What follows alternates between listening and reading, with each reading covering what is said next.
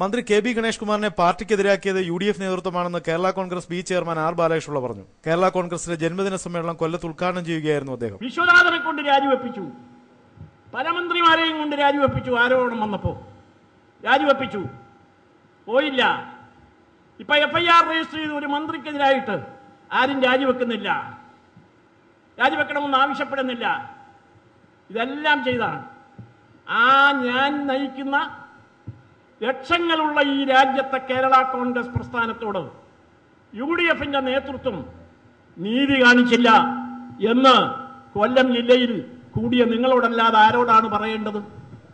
നീതി ചെയ്യണമെന്ന് ആഗ്രഹമില്ല, ഒരു നീതിയും പ്രതീക്ഷിക്കുന്നില്ല, നീതി ചെയ്യണമെന്ന് ആഗ്രഹമില്ല.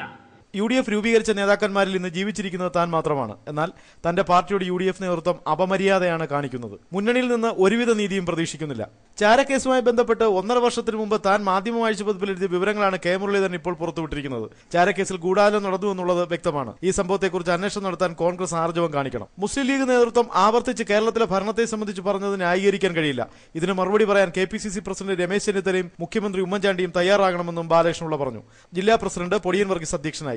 സംസ്ഥാന ജനറൽ സെക്രട്ടറി വേണുഗോപാൽ, ജില്ലാ പഞ്ചായത്ത് അംഗം ബ്രിജേഷ് അബ്രഹാം, നജീം പാലക്കണ്ടി, പോൾ ജോസഫ്, സേതുമാധവൻപിള്ള എന്നിവർ സംസാരിച്ചു. ജന്മദിനാഘോഷം കേക്ക് മുറിച്ചാണ് ആഘോഷിച്ചത്. ന്യൂസ് ബ്യൂറോ, കൊല്ലം.